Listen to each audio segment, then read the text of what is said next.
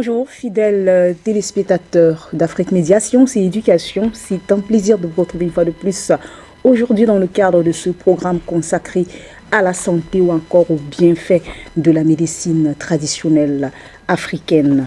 Une fois de plus, le docteur Pierre Nomessi est des nôtres pour nous parler d'une maladie, la leucémie.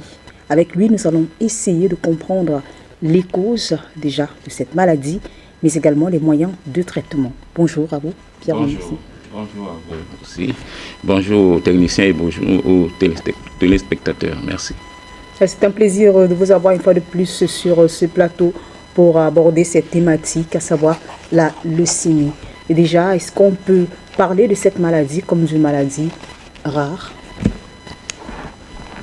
Déjà, nous ne pouvons pas considérer que c'est une maladie rare. Tout nous guette tous les jours que nous vivons.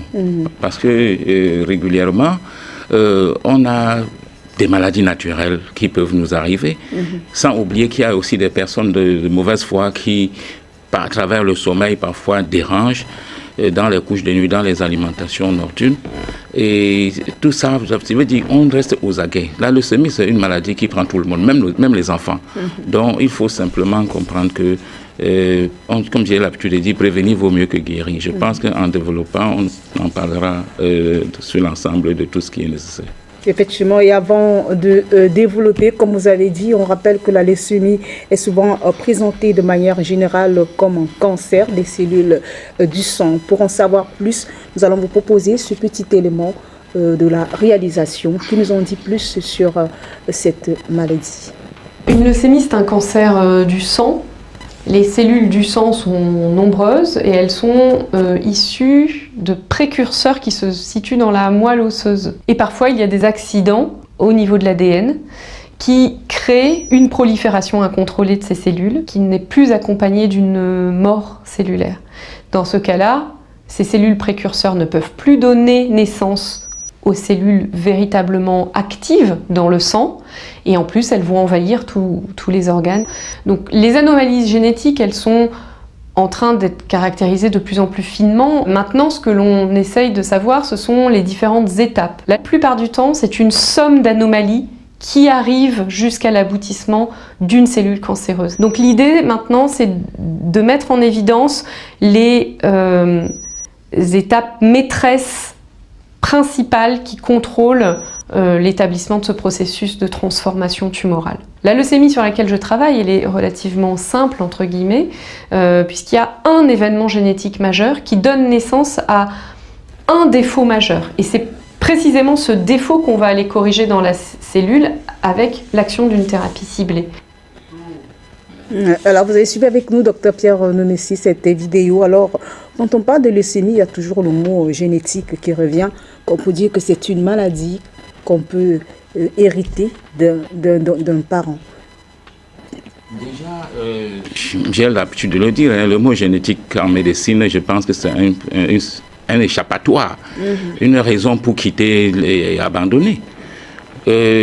En médecine africaine, nous ne tenons pas compte du mot génétique. Le mot génétique n'a pas sa place. Pourquoi? Parce que les plantes que nous avons sont assez efficaces pour améliorer tous les problèmes qui peuvent se manifester au niveau de la moelle osseuse. Parce que quand il y a une défaillance au niveau de la moelle osseuse, parce que quand on parle de leucémie, déjà, il faut comprendre que les mauvaises cellules ont pris le dessus sur les bonnes. Et maintenant, ces mauvaises cellules partent au niveau de la moelle osseuse, là où se fabriquent alors les cellules. Étouffer ces jeunes cellules qui devaient se développer et continuer à protéger notre organisme. Alors, quand ces jeunes cellules sont étouffées, l'ensemble du corps perd son fonctionnement et on se retrouve dans des situations compliquées. Donc, il y a possibilité en médecine africaine de remettre le système à jour. Donc, le mot génétique, comme je parle souvent, vous voyez bien qu'on parle de la drépanocytose pour parler toujours de problèmes génétiques et qu'on dit que c'est même incurable. Pourtant, nous trouvons des solutions pour aider les enfants à vivre aussi à l'aise. Comme tout ce que j'indique là va toujours vers le sang. Donc, la leucémie aussi est un problème qui agit au niveau du sang et je pense que il faut qu'on essaye de comprendre que l'Afrique cesse de croire que la solution est toujours ailleurs et commence à prendre des exemples sur place pour voir comment vivre en bonne santé. Alors, puisque selon vous, les causes ne sont pas toujours génétiques, cela veut dire que on peut attraper la leucémie à travers d'autres facteurs. Oui, bien sûr. Vous savez, j'ai toujours et toujours dit, nous avons copié une habitude qui ne nous aide pas. Le sang, de quelle habitude vous parlez? Je vais arriver. Bon, de toutes les façons, je voulais parler de l'alimentation. Nous avons pris une mauvaise habitude de consommer tellement ce qui est chimique. Pourtant, nous sommes dans un continent où on peut même vivre des siècles sans consommer les produits chimiques parce qu'on a tout naturellement. Bon, vous savez, quand je dis souvent que nous acidifions notre sang avec des produits chimiques, ces produits chimiques, parfois même les produits conservés, des produits qu'on a conservés avec du formol. Parce que quand on dit conservateur pour une viande qu'on peut manger, qu'on peut fabriquer aujourd'hui et manger pendant 3 ans, vous comprendrez que c'est du formol qu'on met là-dedans. Bon, alors tous ces éléments que nous consommons agissent sur nos cellules. C'est pour cette raison, quand on parle de leucémie, on parle comme ça des cellules, des globules blancs aussi. Surtout. Alors, selon vous, les habitudes alimentaires... Les habitudes alimentaires, nous avons... peuvent être des causes liées à ce genre de maladie. Parce que quand il y a trop d'acidité dans le système, ça peut faire naître des mauvaises cellules qui peuvent, en quantité importante, dominer les cellules qui nous protègent contre les maladies. Bon, et quand les mauvaises cellules ont déjà pris l'ensemble du système, même là où se fabriquent les cellules naturellement pour nous protéger, là aussi même la fabrication devient compliquée parce que les mauvaises cellules ont envahi tout le corps. Et ça fait que, c'est pour ça qu'on appelle ça leucémie, ça fait que vous pouvez commencer à voir même plein de maux, même la peau commence à devenir pâle. Il y a tellement de choses qui se passent là-bas. Et ne pas oublier que nous sommes dans un continent où les gens jettent même des sorts sur des autres. Oui, donc c'est pour cette raison que je veux simplement faire comprendre que si vous arrivez à l'hôpital pour un problème de leucémie et que vous connaissez d'avance on peut trouver aussi une solution naturellement, on peut bien regarder. Si votre leucémie vient de l'alimentation, on peut vous soigner très facilement. Mais si ça vient peut-être des empoisonnements mystiques, parce que il ne faut jamais oublier que ça existe, parce qu'on nourrit des gens la nuit, ils ont des cancers d'estomac, ils ont beaucoup de maux, parce qu'on les a fait les couches de nuit, on les a fait manger de n'importe quoi la nuit. Bon, on cherche la cause, et à partir de la cause, on peut soigner tous ces maux-là. Donc, il n'y a pas à parler de trucs génétiques, comme si peut-être la solution n'existait pas. Alors, puisque vous avez parlé effectivement des causes, Dr Pierre Numessi, vous qui faites dans la médecine traditionnelle, est-ce qu'il vous arrive souvent d'avoir des patients qui souffrent de leucémie et qui souhaitent avoir des traitements à base de la médecine traditionnelle? Je pense toujours que nous devions comprendre que la médecine africaine a des très grande efficacité à l'endroit des différents maux dont nous souffrons. Je peux profiter pour dire un grand bonjour à une maman qui souffrait de la leucémie. Je l'ai soignée il y a 20 ans. Elle existe encore, elle est là jusqu'aujourd'hui. Elle est encore vivante. Elle avait fait, avant de me connaître, elle était déjà en 4e séance de chimiothérapie. Quand elle est venue vers moi, j'ai commencé son traitement. Au bout d'un mois, non seulement quand elle se peignait, tous les cheveux sortaient de la tête, son teint aussi, c'était une femme brune, mais pour finir, elle était devenue complètement noire. Parce que tout le système, le sang avait noirci, pour dire ainsi. Et les problèmes de peau, on ne peut pas ignorer, la pâleur, la fatigue intense. Donc la femme, je l'ai soignée, elle a retrouvé sa guérison. Et quand elle a retrouvé sa guérison, elle a tellement lutté pour soigner les cancers. Je pense que c'est grâce à cette femme que je peux parler aujourd'hui à haute voix, parce qu'elle m'a fait venir beaucoup de cancéreux qui ont trouvé aussi leur compte. Mais sans oublier ceux qu'elle les a fait venir, et le doute de croire toujours qu'il valait mieux aller à l'hôpital, les a empêchés de croire. Et que la solution se trouvait dans la nature, dans la médecine naturelle, et elles sont parties. Donc, raison pour laquelle je dis toujours, Dieu a tellement agi favorablement sur cette femme pour qu'elle puisse aider autant de gens. Et c'est grâce à ça que je parle des cancers aujourd'hui avec, je peux dire, satisfaction. Donc, je soigne la leucémie, ce n'est pas la seule. Il y a bien des gens qui sont venus pour des problèmes de leucémie, ils ont retrouvé leur guérison. Alors, puisqu'on parle effectivement de la leucémie, qui est une sorte de cancer, dans vos traitements, lorsque vous avez des gens qui sont déjà sous chimiothérapie, est-ce que vous les conseillez d'arrêter le traitement pour commencer celui que vous proposez, ou vous permettez qu'ils puissent suivre les deux? Déjà, je n'ai jamais demandé à quelqu'un qui est sous chimiothérapie d'arrêter. Je n'ai jamais fait cela. Même quand le patient me demande « est-ce que je peux arrêter ?» Je dis ça, c'est une autre responsabilité que vous voulez que je prenne sur moi. Prenez vos remèdes. C'est votre corps qui va vous faire croire que la chimio est en train de vous aider. Parce que quand vous prenez des remèdes, au bout, déjà une semaine après, vous commencez à sentir que bien des choses s'améliorent. Mais vous pouvez arrêter comme vous pouvez continuer. Ça n'engage que vous. Mais ce qui est certain, c'est que beaucoup, quand ils ont déjà commencé à sentir des soulagements, arrêtent. Je n'ai jamais autorisé. Ils prennent eux-mêmes la décision d'arrêter la chimio. Ils prennent la décision d'arrêter et ils prennent leurs produits et ils guérissent. Ils sont là, ils sont en vie. Et alors, est-ce que dans vos traitements, les traitements que vous administrez à vos patients souffrant de leucémie, est-ce qu'il y a des pratiques appropriées que vous les conseillez durant la période de traitement? Il y a beaucoup plus les interdits alimentaires. Parce que quand on a un cancer et qu'on mange sucré, surtout sucré chimique, si c'est le sucre, c'est très mauvais. Si c'est le lait, c'est très mauvais. Si c'est les fromages, tous les trucs, le beurre, toutes ces choses qui ont, je peux dire, des effets néfastes sur la respiration. Parce que le beurre, à cause de la graisse et tout ça, les fromages, tout ça, il faut éviter comme les cubes, comme les jambons, je veux dire la charcuterie en général. Il faut éviter aussi la consommation des crevettes.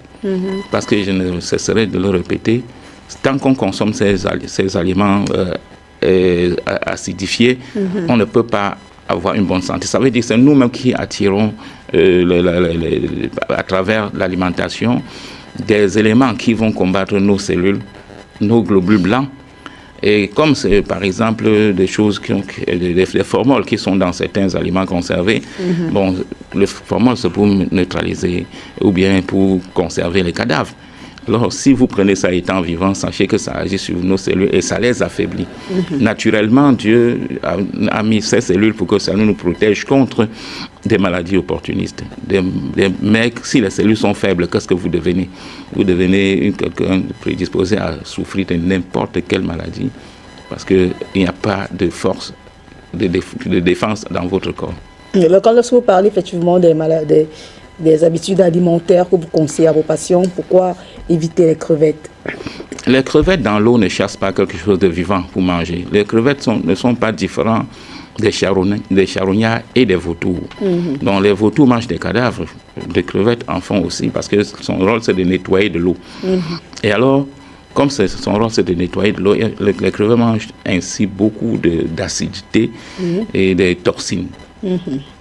Parce que après maintenant, si nous les mangeons, c'est comme ça que ces acidités, ces toxines peuvent avoir un effet néfaste sur nos foies, sur notre foie.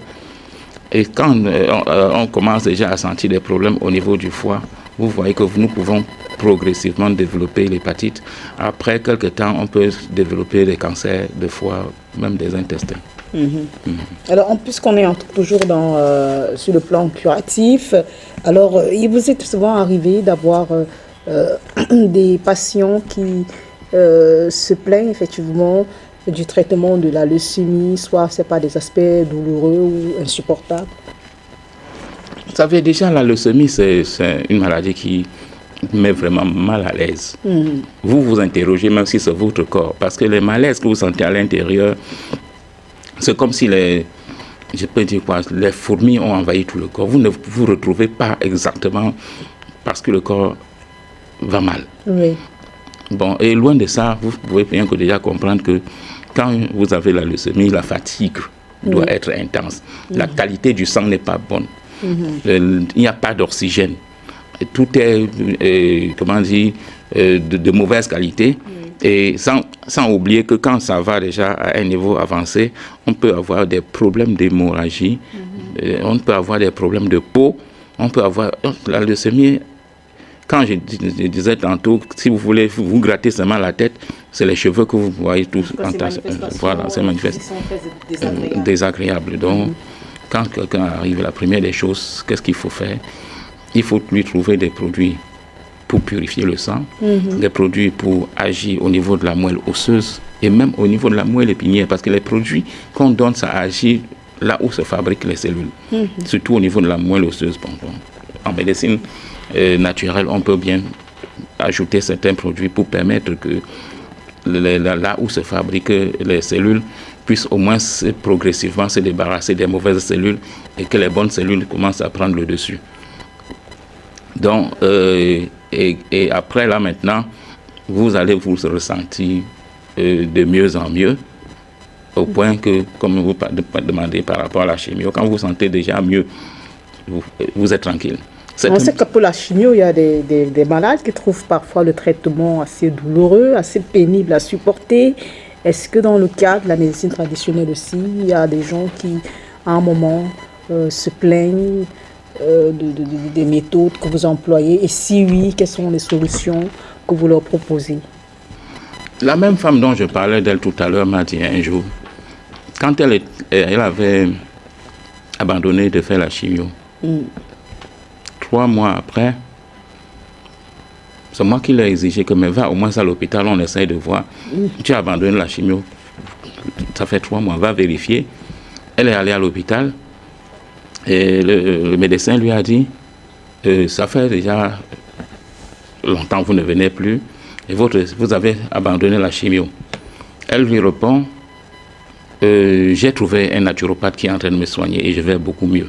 Le médecin dit, qui vous a dit que le naturopathe peut soigner un cancer? Qui vous a dit ça? Mais il vous trompe. La femme, heureusement, c'est une maman âgée, elle dit, non, comment pouvez-vous dire qu'il me trompe? Je puise l'eau dans un puits de 17 mètres aujourd'hui.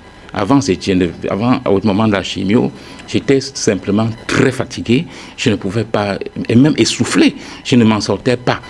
Mais aujourd'hui, je puise l'eau dans un puits de 17 mètres et en plus, j'ai repris mon marché. Parce que c'était une commerçante. Parce qu'elle est commerçante, je ne sais pas si elle le fait jusqu'aujourd'hui, parce que ça fait plus de 20 ans qu'on est soigné.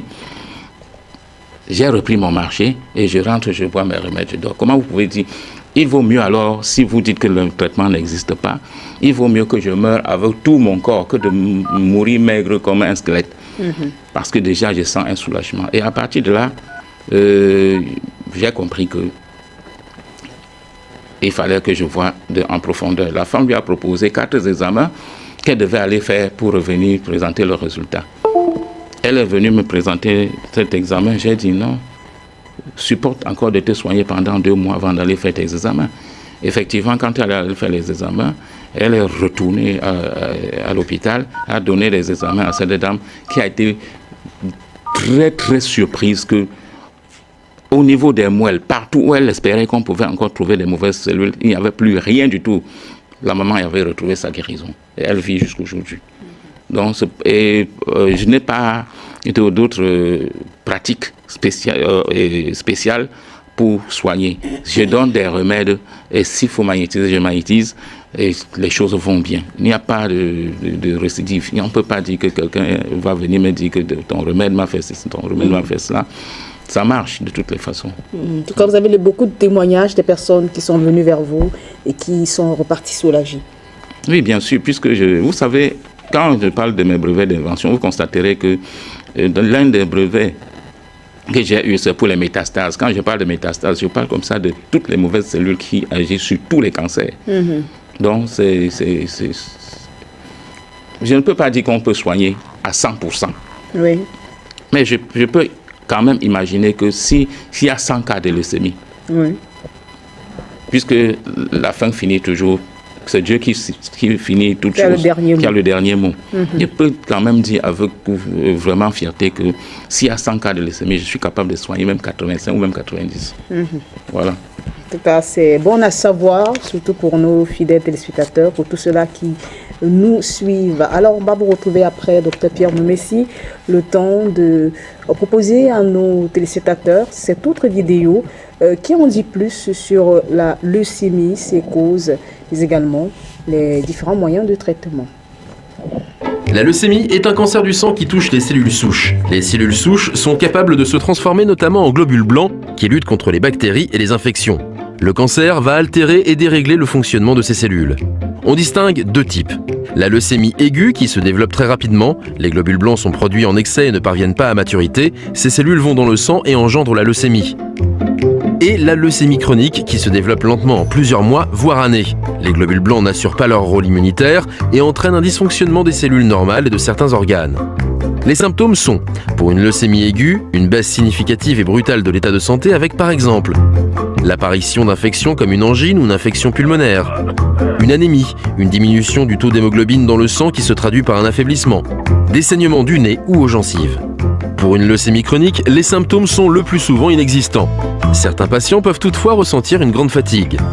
La majorité des leucémies ont une cause inconnue.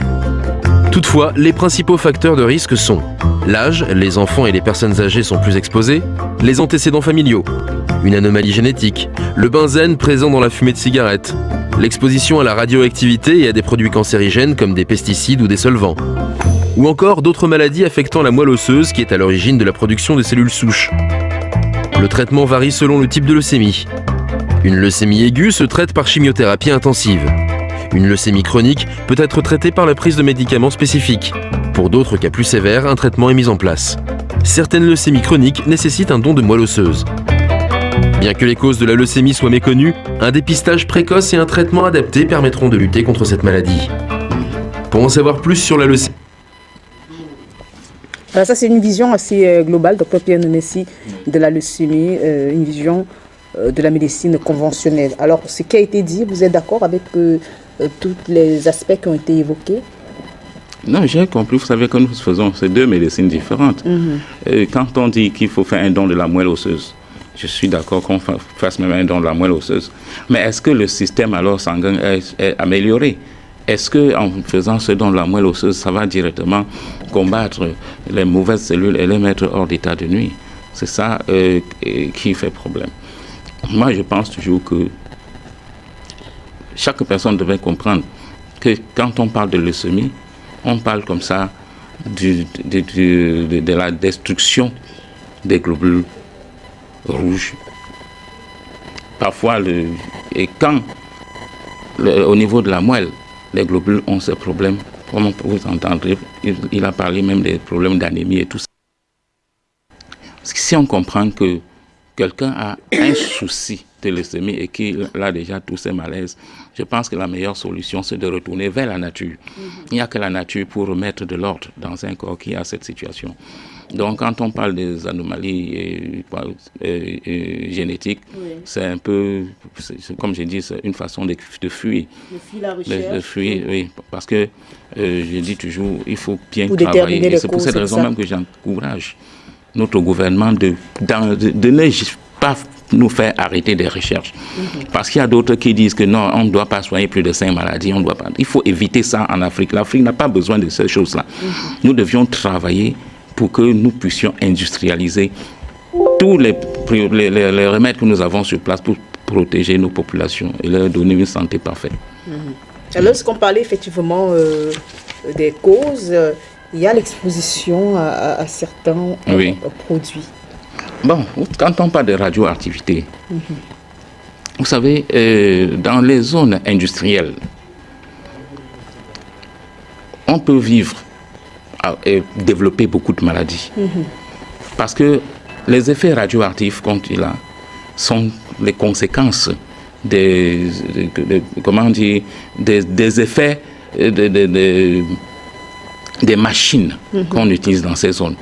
Il y a aussi des endroits où on a laissé stocker beaucoup de la saleté. Bon, alors, parfois, si vous passez là, vous sentez vous-même à travers vos narines que c'est très toxique. Vous sentez des odeurs très fortes. Et si votre habitation est à ce milieu, sachez que tous les jours, vous allez respirer du n'importe quoi qui pourra vous embêter plus tard. Donc, c'est l'hygiène de vie qu'il faut. Et il faut aussi comprendre. Et là, ils ont aussi parlé des pesticides. Bon, là, je suis à 500% d'accord avec. Parce que, vous voyez, Dieu nous a donné une terre fertile. Dieu fait pousser des herbes qu'on peut retourner et faire des composts, donc pour pouvoir avoir des engrais naturels. Oui. Qu'est-ce qu'on va chercher ailleurs? Les engrais sont chimiques. Les pesticides, déjà, quand on pulvérise même ces pesticides, même les champignons qui vivaient dans le sol, je veux dire les vers qui vivaient dans le sol et nous produisaient des champignons sont anéantis. Ce qui fait que le système immunitaire que nous avons doit absolument se retrouver fragile. Quand on cultive une tomate avec l'engrais, si la tomate a 13 vitamines différentes, mais avec l'engrais, on peut se retrouver avec une tomate même de 4 vitamines seulement. Parce que ça pousse de manière désordonnée. Ce n'est pas quelque chose de naturel. Et c'est pour cette raison, même quand j'arrive au marché, si je vais acheter la tomate, si un insecte n'a pas piqué la tomate, je ne touche pas. Parce que les insectes fuient tous les produits chimiques aussi, parce qu'ils savent les conséquences que cela peut provoquer. Vous verrez même que les abeilles aussi, à travers les pesticides, peuvent disparaître vraiment de cette nature si nous exagérons, parce que le miel va aussi disparaître. Et pourtant, tous ces éléments sont là pour l'équilibre de la nature et l'équilibre de la santé. Alors pourquoi, selon vous, les enfants et les personnes âgées sont les plus exposés à la leucémie? Oui, déjà, il faut comprendre que si on dit que les enfants et les personnes âgées, un enfant, c'est quelqu'un qui a des cellules qui sont en train de se développer. Et quand vous le nourrissez déjà avec des produits chimiques dont je viens de citer, et si vous vivez aussi dans un environnement où les effets radioactifs s'y trouvent, vous verrez que les enfants n'auront pas la chance de se développer. Ils peuvent aussi facilement contracter n'importe quelle maladie. Non, même pas seulement la leucémie, mais beaucoup d'autres maladies respiratoires qui peuvent aussi avoir des effets au niveau des poumons, des congestions pulmonaires et tout ça. Les personnes âgées, vous voyez, ce sont des personnes affaiblies. Ils sont affaiblis et comme les cellules, après un certain âge, peut-être je pense que c'est dans les 40-45 ans, les cellules ne se régénèrent plus. Il faut vivre sainement en consommant tout ce qui peut être vraiment bio pour pouvoir rester équilibré.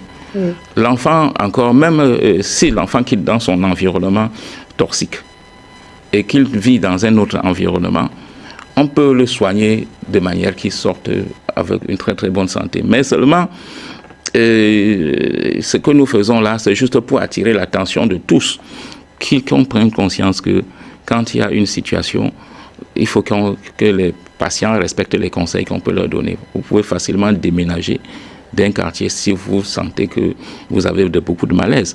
Je peux aussi vous dire que même les moisissures qui montent sur les murs là, c'est aussi dangereux.